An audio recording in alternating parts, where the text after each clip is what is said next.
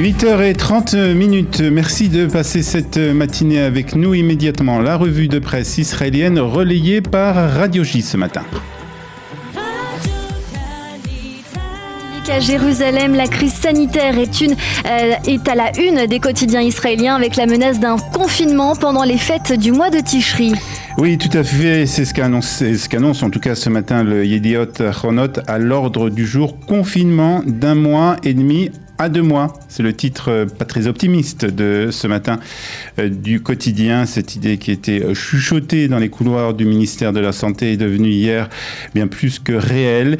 Et le Premier ministre en a parlé lui-même ouvertement. Annonçons que s'il n'y avait pas de changement dans la courbe du nombre de personnes malades, nous serons obligés de prendre des décisions drastiques comme celle de confiner une 4e fois les Israéliens. Sarit Rosenblum écrit ce matin dans le Yediot Ahronot qu'il faut absolument freiner l'épidémie de tous les moyens et visiblement le seul moyen efficace, dit-elle, est le confinement. C'est ce qui est écrit ce matin dans le Yediot Ahronot de ce matin. Donc.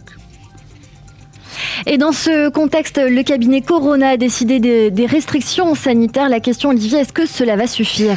C'est ce que demande le Israël Hayom ce matin. Il interroge des experts et professeurs qui estiment que seule la responsabilité collective et les vaccins pourront éviter une 4e vague, même si les vaccins n'empêcheront pas à l'épidémie de se propager. Il protégera de meilleure façon les Israéliens contre les maladies graves. D'ailleurs, et c'est le titre du journal ce matin en première page, le gouvernement étudie l'éventualité de vacciner les Israéliens à partir de 40 ans. Je vous rappelle qu'Israël a été le premier pays au monde à avoir commencé à vacciner d'une 3e dose ses citoyens âgés de plus de 60 ans. Alors Olivier, est-ce que vous pouvez nous citer les mesures décidées hier par le cabinet du coronavirus ? Bien entendu, la presse revient en détail sur ces décisions. On parle d'abord du passeport vert qui serait élargi également aux endroits et rassemblements de moins de 100 personnes et pour tous les âges à partir donc de la semaine prochaine, à partir du vendredi 20 août, obligation de porter le masque et même en extérieur lors des rassemblements de plus de 100 personnes. La fonction publique qui passe en mode travail à la maison à 50% à partir d'aujourd'hui. Recommandation aussi pour le secteur privé de travailler depuis la maison, l'obligation d'isolement pour un adulte qui s'occupe d'un enfant de moins de 12 ans positif au coronavirus, même si l'adulte est vacciné, en plus de contrôle de police pour vérifier le respect de l'isolement. Et puis, la décision qui, bien entendu, est sans doute la décision la plus importante, c'est que toute personne revenant de France et d'autres pays, il y a aujourd'hui 18 pays sur cette liste, devra se mettre en isolement pendant 7 jours. Cette décision en rentrera en vigueur à partir du 11 août.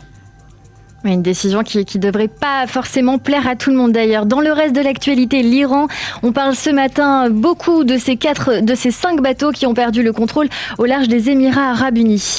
Oui, même si Israël n'est pas lié à cette affaire, aucun navire n'appartient de près ou de loin à un armateur israélien à Jérusalem. On est persuadé que Téhéran est lié à cette mystérieuse perte de contrôle. Le suspect, l'Iran, titre ce matin le Israël Hayom. Smadar Peri dans le Yediot Ahronot nous apprend que le président iranien a lui été nommé au poste de président de la République islamique par le dirigeant suprême Ali Khamenei. Dans son discours d'intronisation, Rassaï a déclaré qu'il fera tout pour annuler les mesures américaines tyrannique contre l'Iran. Et puis pour être totalement complet sur ce sujet, le Maariv ajoute que Naftali Bennett a mis en garde hier l'Iran lors d'une visite qu'il a effectuée à la frontière nord d'Israël. L'Iran connaît le prix que nous leur ferons payer si elle menace notre sécurité, a déclaré le Premier ministre. Et il est question ce matin d'un homme qui est en prison depuis 13 ans pour le meurtre d'une jeune adolescente.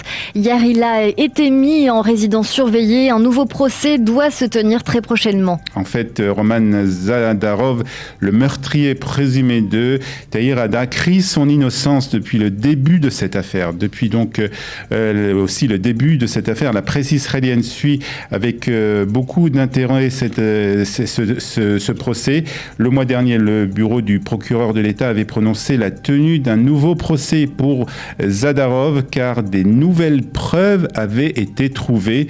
Hier donc, Roman Zadarov a été mis en résidence surveillée jusqu'à la tenue de ce nouveau procès.